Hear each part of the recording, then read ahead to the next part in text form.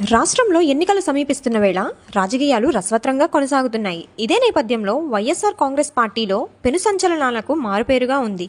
జగన్మోహన్ రెడ్డి గారు ఏమో సిద్ధం పేరుతో ప్రజల్లోకి వెళ్తుంటే, జగన్ గారి చెల్లి షర్మిల గారేమో కాంగ్రెస్ పార్టీలో చేరి వైఎస్ఆర్ పరువును తీసింది.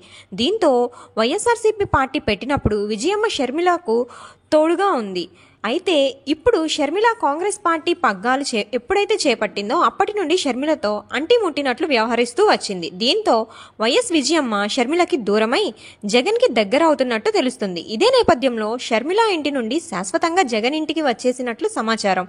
ఇదే కనుక జరిగితే వైఎస్ విజయమ్మ జగన్ గారి తరపున ప్రచారం చేసి 2024 ఎన్నికల్లో అఖండ మెజారిటీతో జగన్ని గెలిపించాలని అడిగే అవకాశాలు పుష్కలంగా ఉన్నాయి. వైఎస్ విజయమ్మ జగన్ గారి దగ్గరికి రావడంతో వైఎస్ఆర్ కాంగ్రెస్ పార్టీ శ్రేణులు ఆనందాన్ని తెలియజేస్తున్నారు. వైఎస్ విజయమ్మ ఖచ్చితంగా జగన్ తరపున ప్రచారం చేస్తుందని చెప్తున్నారు. అయితే షర్మిల గారు చేసిన కామెంట్స్ కూడా ఈ ప్రచారంలో సమాధానం చెప్పే అవకాశం ఉందని రాజకీయ విశ్లేషకులు చర్చించుకుంటున్నారు. వైఎస్ విజయమ్మ షర్మిలాని వదిలి జగన్ దగ్గరికి రావడంతో టీడీపీ జనసేనకు దిక్కుతోచని పరిస్థితి. ఎందుకంటే షర్మిల రూపంలో జగన్ని ఇబ్బంది పెడదామనుకుంటే ఉన్నట్టుండి విజయమ్మ జగన్ గారి దగ్గరికి రావడంతో నిజానిజాలు ప్రజలకు తెలిసే అవకాశం ఉందని, అలా జరిగితే కనుక జగన్కి వ్యతిరేక ఓటు బ్యాంకును తయారు చేయడం వీలు పడదని టీడీపీ జనసేన ఆందోళనలో ఉన్నాయి.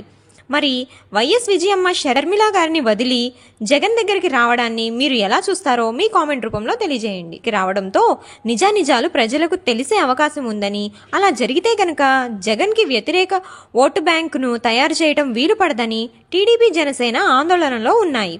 మరి వైఎస్ విజయమ్మ షర్మిల గారిని వదిలి జగన్ దగ్గరికి రావడాన్ని మీరు ఎలా చూస్తారో మీ కామెంట్ రూపంలో తెలియజేయండి.